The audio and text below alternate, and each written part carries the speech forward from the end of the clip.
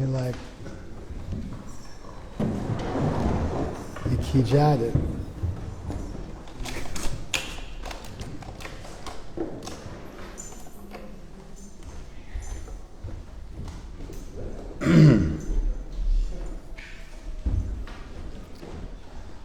I got a verse I thought we'd talk about today. Anudvega kadam vakyam satyam priya hitam chayat swadhyaya abhyasanam chaiva vanmayam tapa uchate.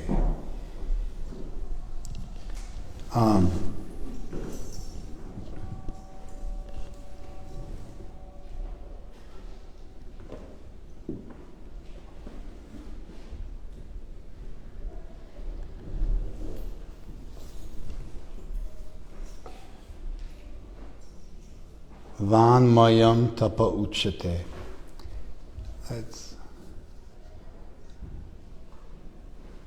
It's called the austerity of speech. When you speak words which are anudvega kadam, they are not causing agitation. Vij means agitating, harsh. Utvij kind of makes that rise up. Anudvega, it doesn't make agitation rise. We usually think of the word agitation. Usually in this,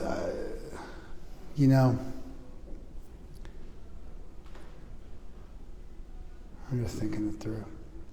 When you join a special interest group, they have a lexicon, usually, a glossary of terms, a language sometimes, depending on how well-formed the group is, that they use in specific ways that make sense to people who are part of the group, but that don't necessarily make sense to outsiders.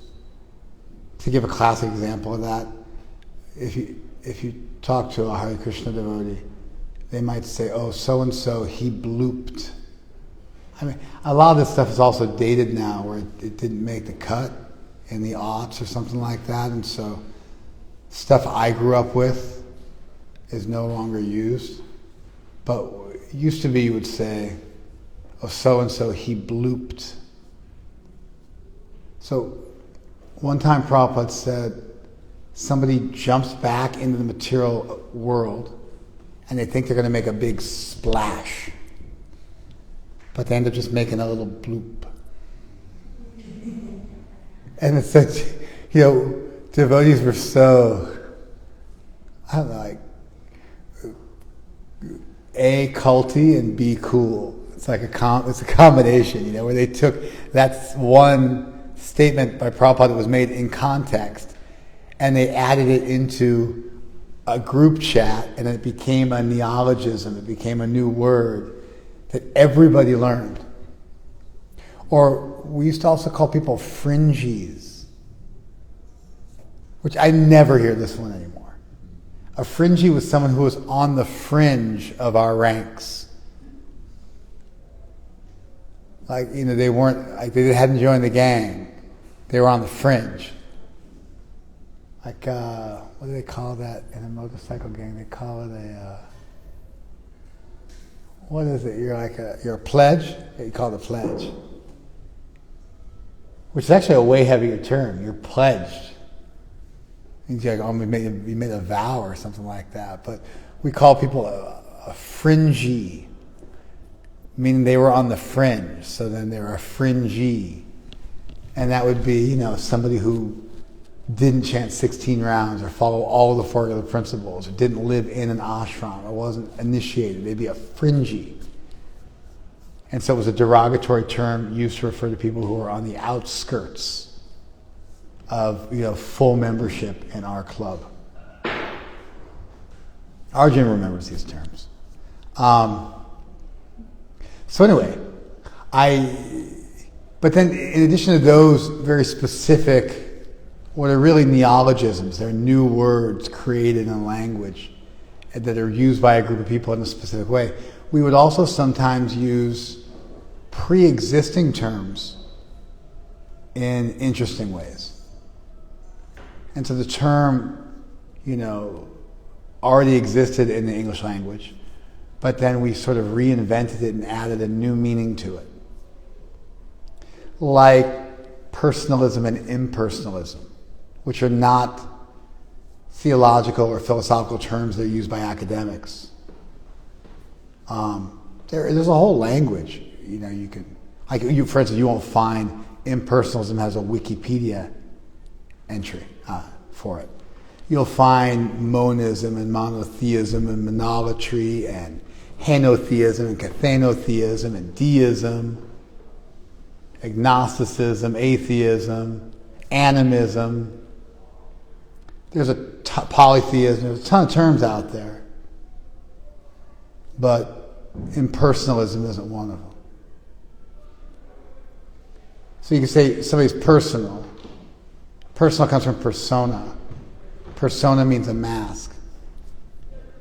The term was used in dramaturgical circles to refer to the mask and the actor would wear, which is interesting because you talk about a persona, and we might think of that as being who you actually are, but the term is it's how you present yourself to others, but it's not who you actually are.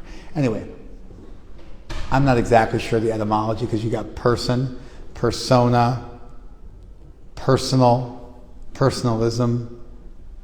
So, the verbal root must be like purse or something like that. I'm not sure of the verbal root, but you can guess what it is just by looking at the terms.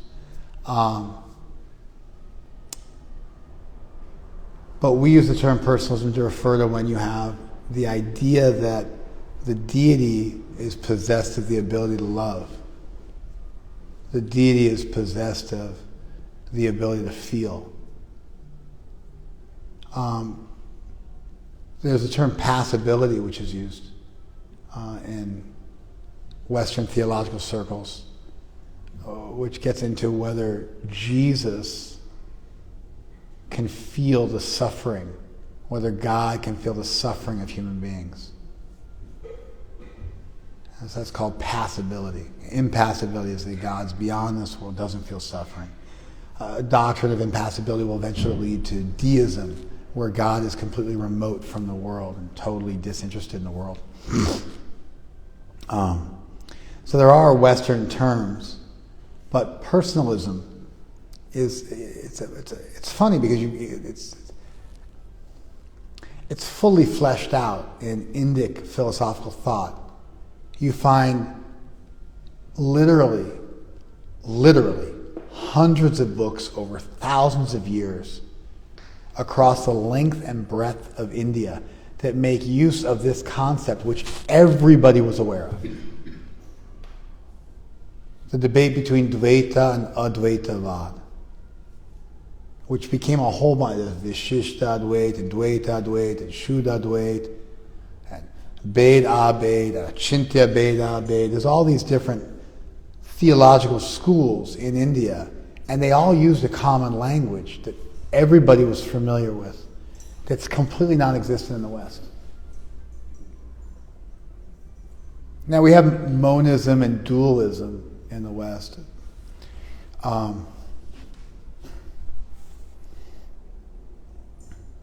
Monism is, we're all in one category. We're all humans. Mono, it was one category. Dualism from dvi is that there's two categories, where you get the word duo from.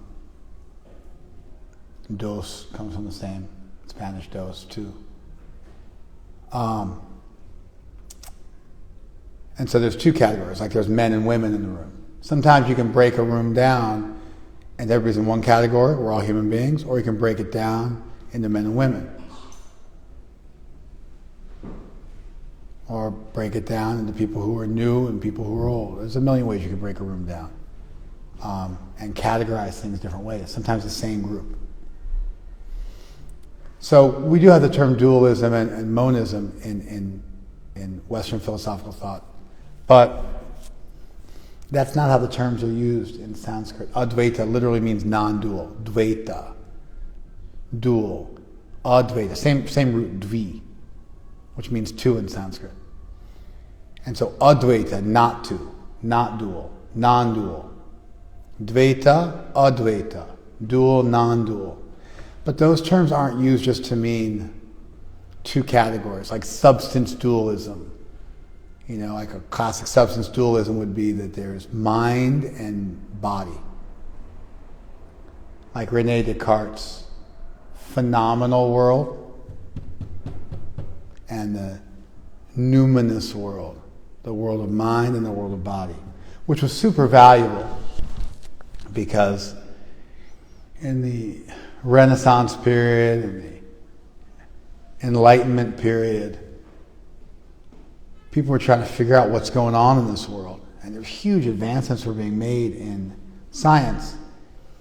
But everybody was trying to explain consciousness and the material world. And so Rene Descartes did something brilliant. He said, no, they're two different things. And by putting mind or consciousness in its own bucket and then everything else in the world in another bucket, it allowed you to say, well, we'll deal with consciousness as a different problem. And now we're just going to focus on science. And that led to the Industrial Revolution and huge advancements in science, including quantum physics. I mean, like big stuff. But it left something that exists, consciousness, in a totally separate bucket that never got dealt with, and now you got to still, at some point, you got to figure out, well, where does consciousness come from? And amazingly, that consciousness studies, philosophy of mind, that just woke up again in the 80s and 90s after a couple of centuries of being largely ignored by philosophers and scientists. And now you got this grand universal theory movement where you're trying to come up with a theory that explains everything, but the theory that explains everything also has to explain consciousness because you can no longer just separate the two. So sometimes separating things into two, parsing something into two has value because it helps you to focus on one thing and get really good at it. Like if you just focus on playing mridanga or playing harmonium, you get good at that, at one instrument, as opposed to trying to get good at all instruments and singing and dancing.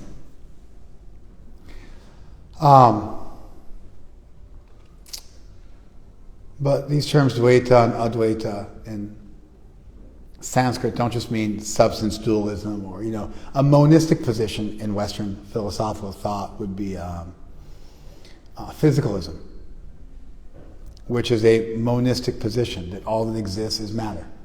Therefore, consciousness is derivative of matter. Therefore, consciousness can be reduced to electrochemical states in the brain. Neural patterns in the brain, which has never been proven. But that would be an attempt at monism, that there's only one thing existing, namely the physical world. So that would be physicalism, or monism, or materialism, both of which are monistic positions. So atheistic positions can be called monistic. And dualism, it just means you're dividing things into two categories, but that's not how the terms get used in Sanskrit. The Sanskrit terms refer to the nature of the absolute. What's the nature of the absolute? What's the nature of the source of all existence? Is the source of all existence a force devoid of feeling and thought and individuality? If it is, then love and compassion, which depend on being an individual and relating to another individual, then those things become illusory and something which is meant to be overcome by the spiritualist. Did you guys follow that? I'll say it again. If the source of all existence the highest realization, the highest understanding of the absolute, of the source of all existence, is an understanding that that source is impersonal in the sense of not an individual, in the sense of not a person, not in the sense of having a physical body, but of being a distinct unit of consciousness. If that's the absolute position, then qualities like love, which depend on me as a lover loving you, a beloved, and that love unites us, but it depends on there being a difference in order for it to exist, like a mother loves a child because she exists as a distinct person, and the child exists as a distinct person. And compassion is I feel for you, but if you don't exist at the highest level and I don't exist as distinct individuals, then that love and compassion or grace or feeling ultimately fades away. And at the highest echelon of realization, you no longer feel any of those feelings for anybody because you merge into a homogenized force and you become one fully with the absolute, and therefore the benefits of being two, namely the capacity for love or intimacy or service or compassion or grace, that's lost at the apex of self-realization. Did you guys follow at that time? Okay. The other option is that individuality, personality, is intrinsic, it's fundamental. And therefore God is ultimately the supreme divine being, the supreme divine person, capable of love, capable of grace, capable of compassion, into infinity, perpetually. That would mean qualities like love and compassion in this world were pennies from heaven. They were gems dropped down in this world. They represented the highest ideals, and those qualities don't need to be given up as you become more spiritually advanced. They actually become heightened and more purified, and therefore divine love can exist. Divine service can exist. Intimacy in one's relationship to God can exist. In perpetuity, forever. Do you follow that? There's no word in English theological thought that encapsulates that very standard dichotomy that exists within every religion in the world. There is no standard terminology that's been developed in the English language to easily refer to those two ideas, so that you can refer to them easily and talk about them. Which is insane, because it represents a really natural thing that people who are serious about spirituality would want to be able to develop a language to talk about, because those are pretty basic categorical differences. It's like if you had no way to distinguish between baseball and football. You follow? It's like it's a pretty big, or between cars and planes. It's a pretty big difference, and you should really develop a language which can talk about that. And so I've always found it bizarre and indicative of a real weakness, honestly. Like a real weakness and blind spot of Christianity and Islam, the religion of, 5 billion people. That somehow they haven't developed, and academia in the West as well, that they somehow haven't developed a language which easily refers to these big but important and standard and almost like very foundational topics.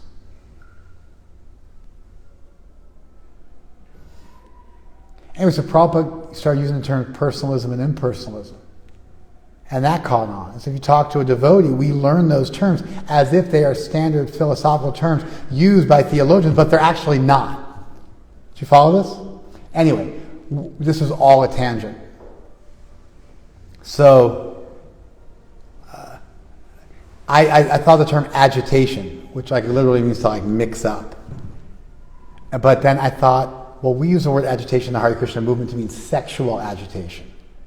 Whereas the actual term agitation just means to like mix together, like you have an agitator and a washing machine, mixes the clothes together. And so I had to think through myself, and I go, does agitation just mean sexual agitation? Or is that a weird usage of agitation that I learned as a young devotee, and now I think everybody uses the word agitation in the same exact way I use agitation? And so I had to think it through in real time, and I realized, no, actually agitation does mean, I'd like remember back before I joined the motorcycle gang of the Hare Krishnas, back to the way I used to use language before I got, jumped into our gang, to our clique. And then I had to realize, no, actually agitation does mean sexual agitation quite standardly. And then so we're using that in a normative way. That's a very common way of using it. In fact, that's the majority of the way people use the word agitation in common conversation to refer to sexual agitation, sexual frustration. Did you guys follow that? So now I want to give you guys some examples. I thought of that and I thought, this is an interesting thing. You guys will get a kick out of it. So I gave you some examples of just new words we develop, and then sometimes we use old words but in new ways. And I gave you examples of each. And so the agitation would be an old word in an old way that we used, as opposed to an old word in a new way we used, as opposed to a brand new word we came up with. You guys following this? So anyway, Krishna makes a point. He says that the austerity of speech, Vanmaya tapa uchate, the austerity of speech is when you speak language which is anudvega kadam, it doesn't disturb other people.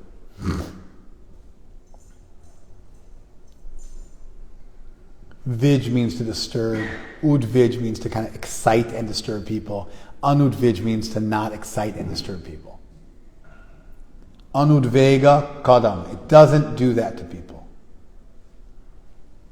Like namaskar, anudvega kad, it like doesn't do that to people. Namaskar means I make my nama to you, I make my obeisances to you, I show you my respect. So this is anudvega kadam. Anudvega kadam, not disturbing people. Satyam, truthful. Priyam, pleasing. Hitam, beneficial. Chayat. Swadhyaya bhyasanam. So 4 things. Not disturbing the people, truthful, pleasing, beneficial. Swadhyaya bhyasanam. And regularly doing swadhyaya.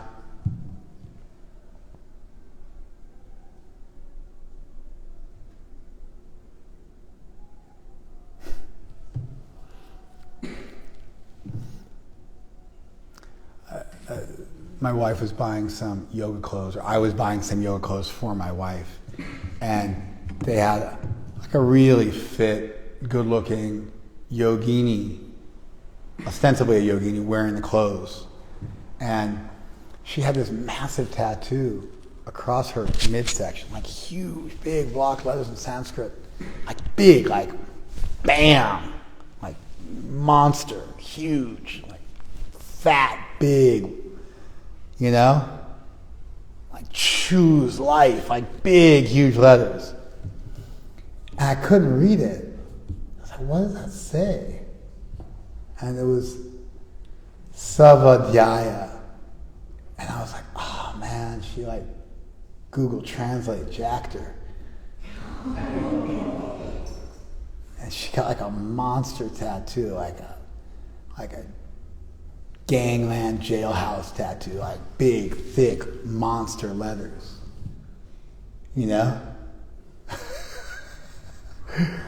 But you have these compound letters where in Sanskrit where you can take 2 consonants and put them together and it makes a different letter. So instead of Swadhyaya, she had Savadhyaya, and I was just like, oh man, that poor kid. Because there's no cover up for that. You're just done, I don't know, like, what would it be? Like, we have like don't, you contract, like do not, it becomes don't, right? So like, imagine if somebody like written donut instead of don't. Like someone like if you imagine someone was just stupid, they would like, don't try me, sucker, you know? Instead they wrote like, donut, try me, sucker. It was like that big of a faux pas.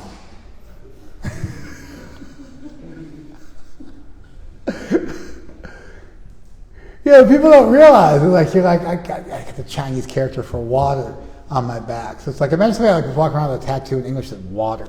It's like water. You know? Here's somebody that says water, life, freedom. It'd be weird, right? Anyway, swadhyaya. Adhyaya means to read, to study. And swa means to read or study yourself. Which sounds cool. It sounds almost like introspection. Like to look within. Like spectacle, but introspection, to look at yourself. But this is another interesting one. That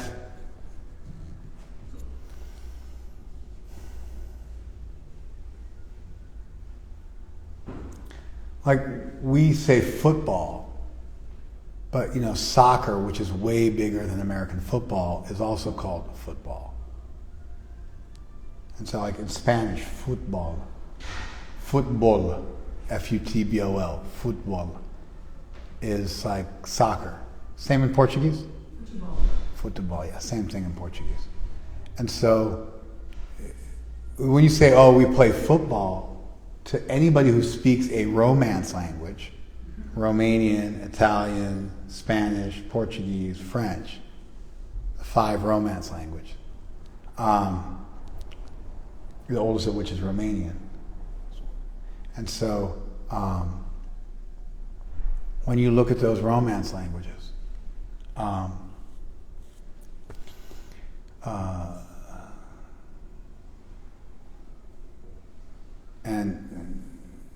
and you say, I play football, to anybody of the billions of people who speak those languages, they think you're referring to soccer. And you're like, no, fool. Donald Trump said, this is football, because I'm American. The way we use language is the correct way. And then they're like, no, but you don't even play it with your foot. Like you use your hands to throw the ball and catch the ball. You carry the ball with your hands. So why does it make sense to call it football? And you're like, don't talk back to me. I have a license to carry a concealed weapon. Speak English. This is America. And they're like, no, but even in English, the word football, it's a ball that you hit with your foot. So even if it's English, it's a misnomer. You're using the word incorrectly. You should call it handball. Like, no, handball's a different sport. By then you're assaulting the person because he's offended the US of A. It's like American imperialism, We were just, the way we use words is the only way to use words, even though we're so outnumbered. There's got to be at least 1 billion people who don't use, even a lot of English speakers. Soccer is also called football, even in, England. So it's really just, they call it American football.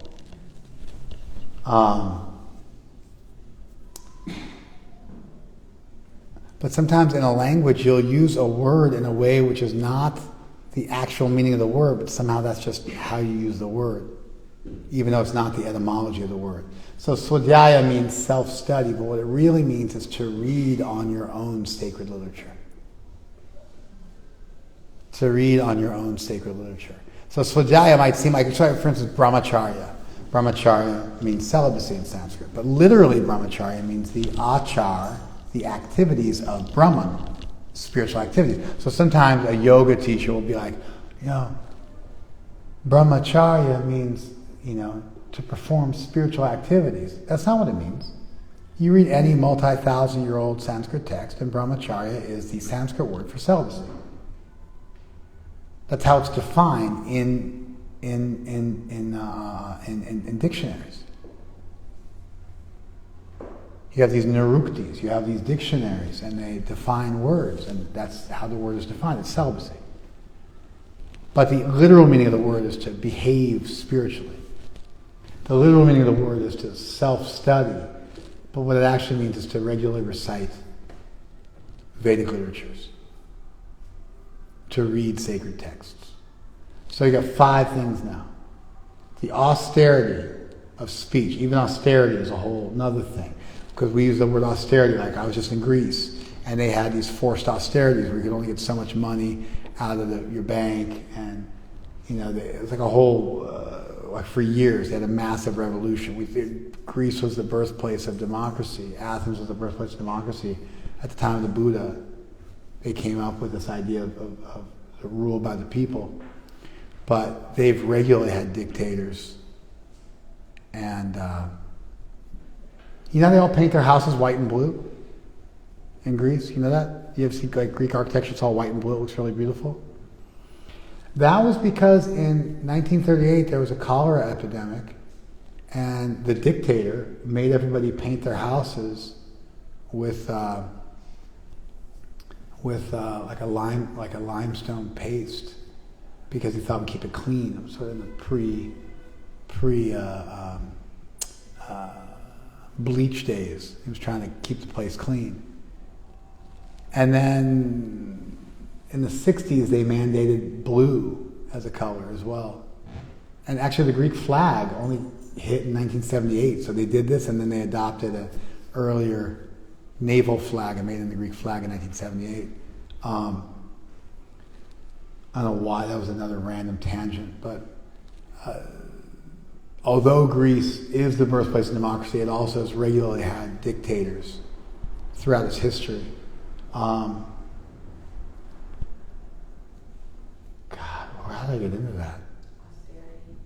Thank you. When we talk about austerities, I think of like Greece and forced austerity measures that the government enacts. But here the word tapos means to heat.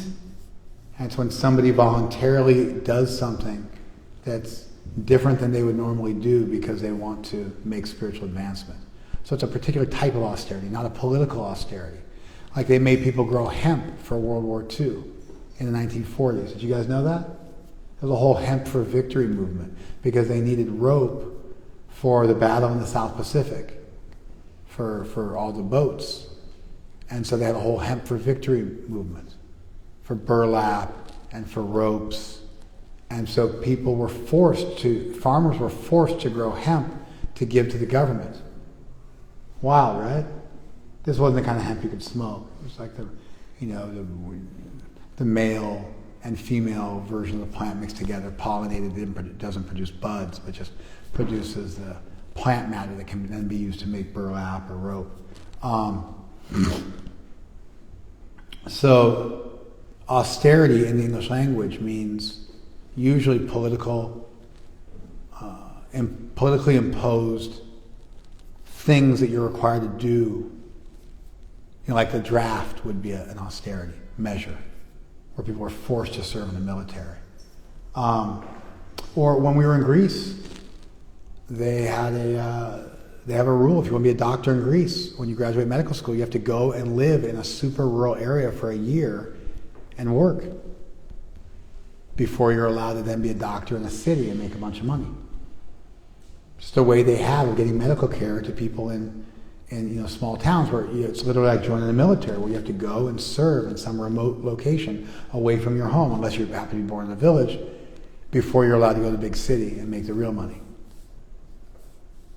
We get this with some pro bono cases that are required by lawyers in the U.S. These are the kinds of austerities that are imposed by the government to regulate and give, equal rights to all and equal access to legal care and health care and so on and so forth to the people. So usually we use austerities to describe these types of activities. But here the word tapas means to heat up, and it's a way you heat yourself up, to purify yourself, like you might heat up gold and to burn off all the alloys so you're left with pure gold.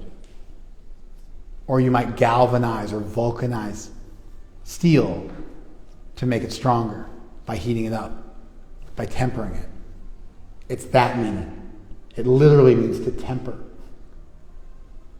And it would be used also for cooking, where you heat things up. And it would be used also to describe the cooking of metal, to strengthen it. But here it's being used to describe, and in a religious and a philosophical context, it's used to describe the strengthening of your character by voluntarily doing things which are difficult, which harden you and form you and sculpt you. So the austerity of speech is that we need to speak words to one another that are not disturbing, truthful, pleasing, beneficial, and we need to regularly be in touch with sacred texts, which actually we're doing right now, because we're reading from a sacred text. And those 5 things are your austerity of speech. You're being educated because you're reading the words of your predecessors. You're reading great literature. You're exposing yourself to ideas outside of what your small community might have. You're exposing yourself to great thought. This used to be standard. You have to study the epics. You have to study the Iliad and the Odyssey. You study poetry. Because there was understood by society at large that there was a value in people reading great literature and exposing themselves to, great ideas from great texts from antiquity to grow.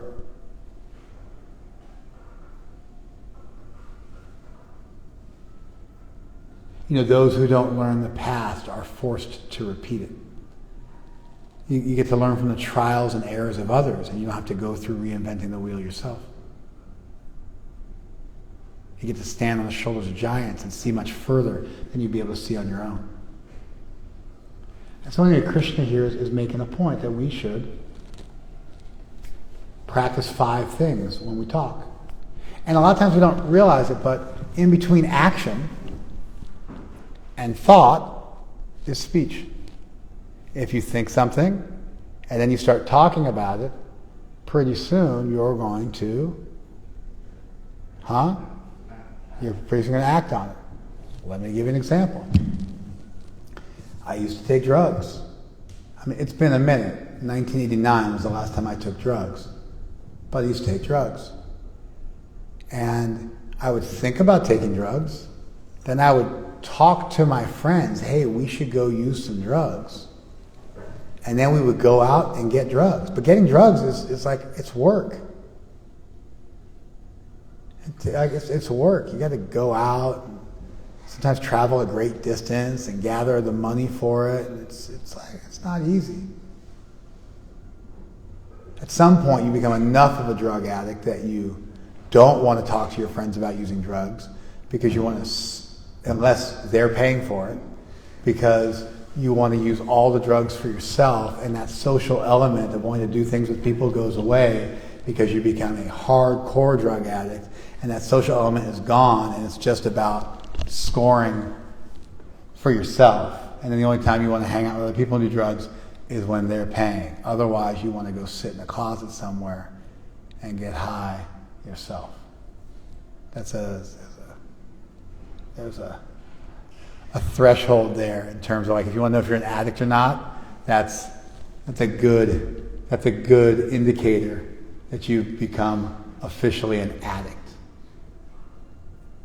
I went to Jamaica, and I was no longer smoking weed at this point. But I went to Jamaica. Everybody else was, except for me. So I was like the only sober guy with a huge group of people who went to Jamaica.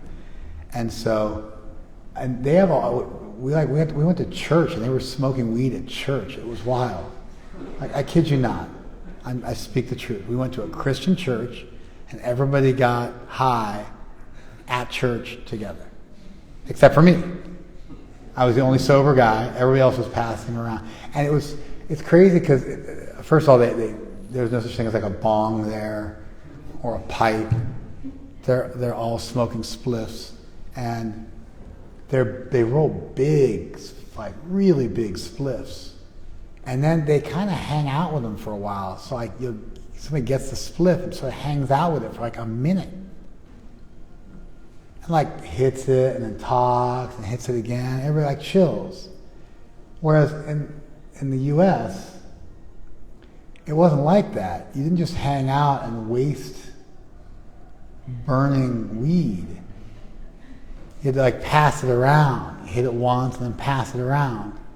But there they were just really relaxed because obviously it was cheaper. We went to a plantation where they were growing weed. It was so wild. I mean, we were out in the middle of nowhere. Like nowhere, like in the middle of nowhere, like just out in the boondocks.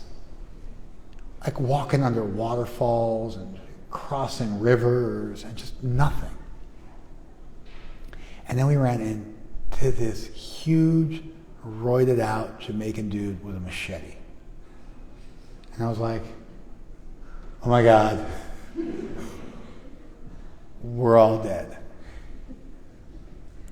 Just like we're out in the middle of nowhere, like miles from civilization.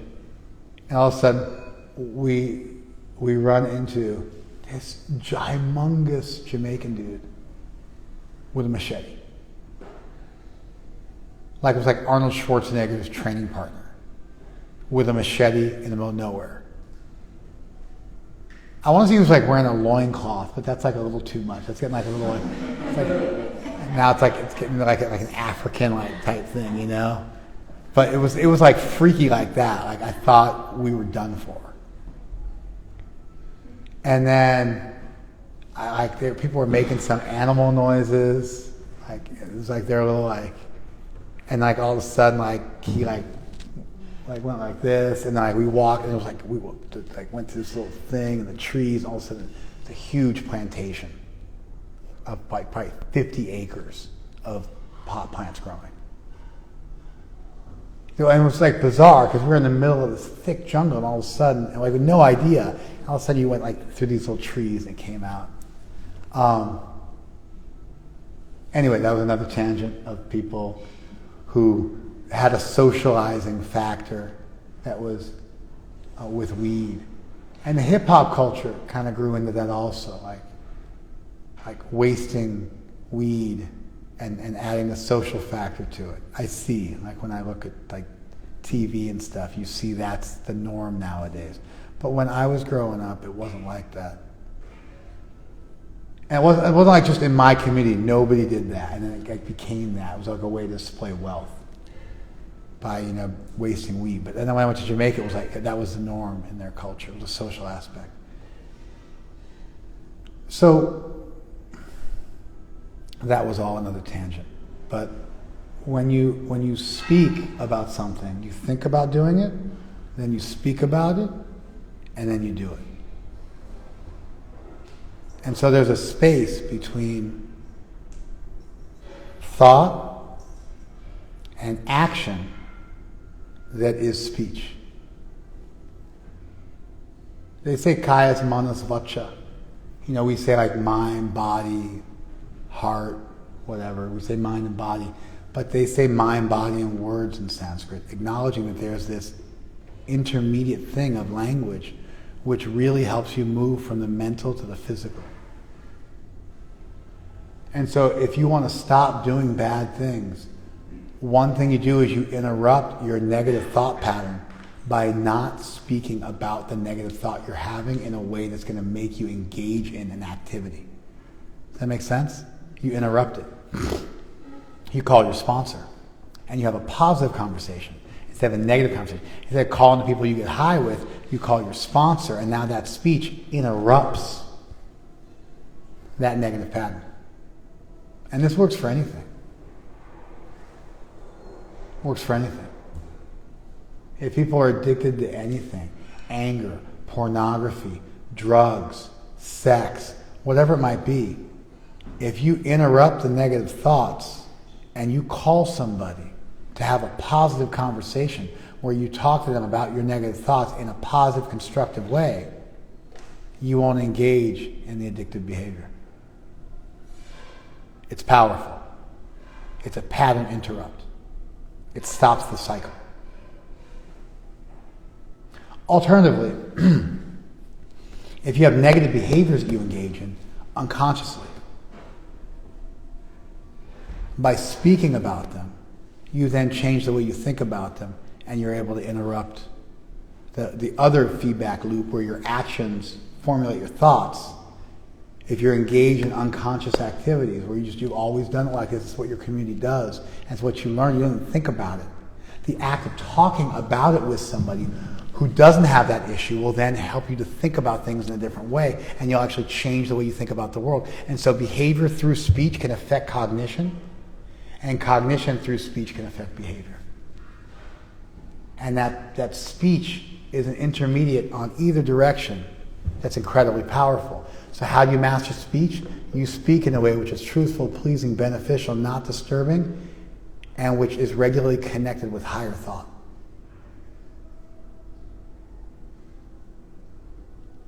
Do you guys follow this? Which one's the most important? Swadhyaya. That would be the obvious answer. Sacred literature, you're in touch with something sacred, right? I don't agree. Truth. Beneficial. Beneficial would be what's called a results-based ethics. You do whatever you want to do to get the result you want. In that position, a results-based ethics, an ethics of the ends justifies the means, a position which is called utilitarianism,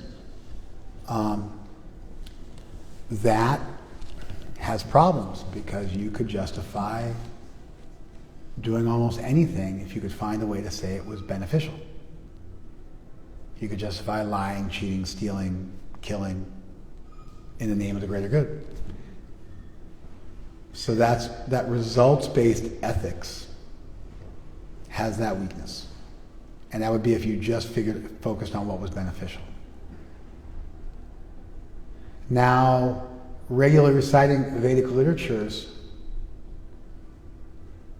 could theoretically be done in a duplicit way.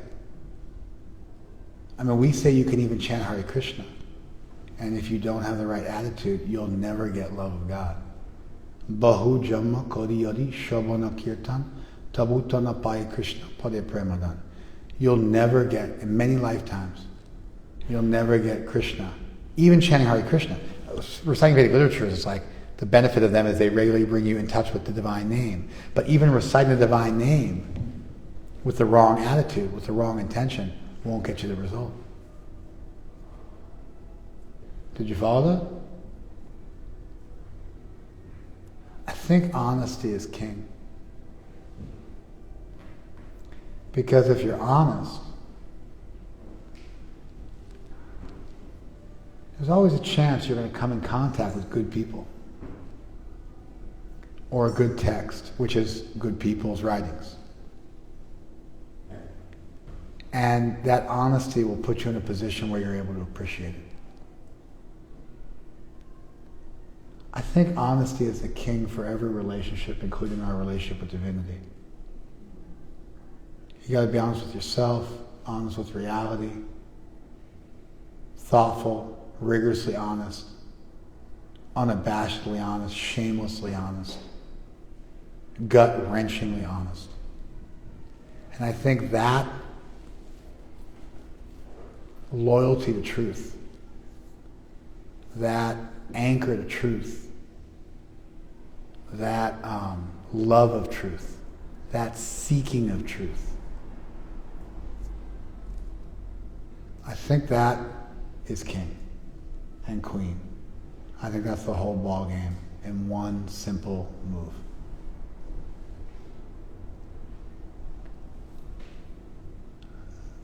I like the answer, beneficial. Prabhupada makes the beautiful point in his purport that usually you want to be pleasing, but sometimes if you're a teacher, you have to speak words which are beneficial but not pleasing for the benefit of your student. So I do think you could argue that to help somebody, you have to think about that and maybe give up pleasing. So maybe benefiting somebody trumps pleasing somebody. I do think there's something special about our sacred literature that puts you in touch with something divine, something greater than yourself, something higher than yourself. So I think there's a benefit there also, because I believe our texts are revelatory. So they put you in touch with something beyond this world. But even though I can appreciate those two answers and see incredible value in them, if I had to pick one of the five, day in and day out, every day, for everybody, forever, including myself, it would be truthfulness. Honesty is keeps you from getting conned, brings you in touch with the right people, helps you to move forward in your own life, reveals to you your own issues, allows you to appreciate other people who've dealt with and reconciled the issues which vex you and disturb you, and you can see the right people to hang out with to move forward, cause you to question reality, and creates this upward mobility and this upward spiral and this upward sort of self-feeding, self-nurturing dynamic in your life. Also, when you speak truth, now you're in you're in the ring. If you think that you own it, once you speak it, it owns you. And when you're regularly speaking your truth to other people and coming in contact with other people, you now have to exchange ideas and have a dialogue. And that dialogue reveals things. And the truth comes out. So speaking truth creates vulnerability. It creates openness, creates receptivity. It puts you in the ring. You're not in an ivory tower anymore.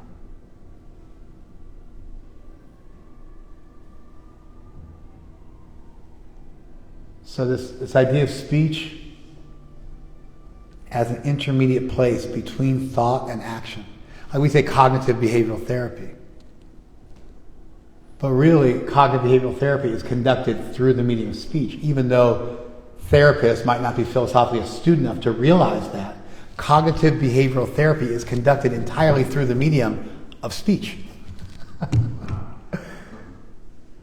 And therefore implicit as an unstated premise of therapy is the value of speech. It's formalized in Sanskrit. Kaya manas vacha. Body, mind, words. But it's an unstated premise of the therapeutic model. And it works both ways. I'm doing the wrong thing unconsciously. By talking about it, it's going to wake me up. I'm going to start thinking about things differently. Then I'll modify my behavior. I'm thinking the wrong things. Instead of just doing them, I'm going to talk about them. I'm being able to interrupt that and do the right thing, and eventually. And so it works both ways. If you interrupt bad thought with good speech, it then fixes your thought and fixes your action. If you interrupt bad action with good speech, it fixes that action and fixes your thoughts. It fixes your thoughts, which then fixes your action. It works both ways. It kind of purifies in both directions.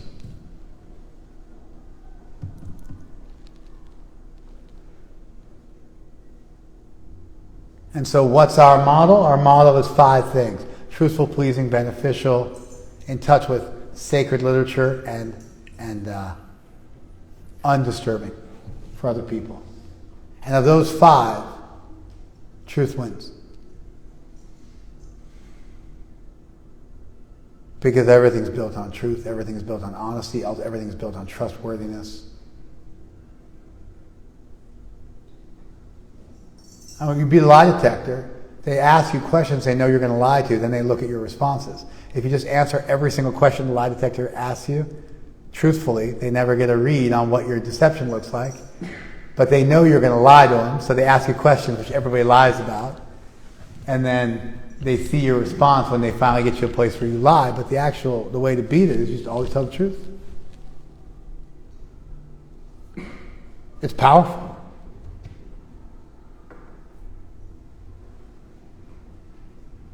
It's infectious. It's powerful, it's transformative, it's good for you, it's good for other people. It makes you vulnerable. It brings you into contact with others. It creates a dialogue. There's tremendous value in that.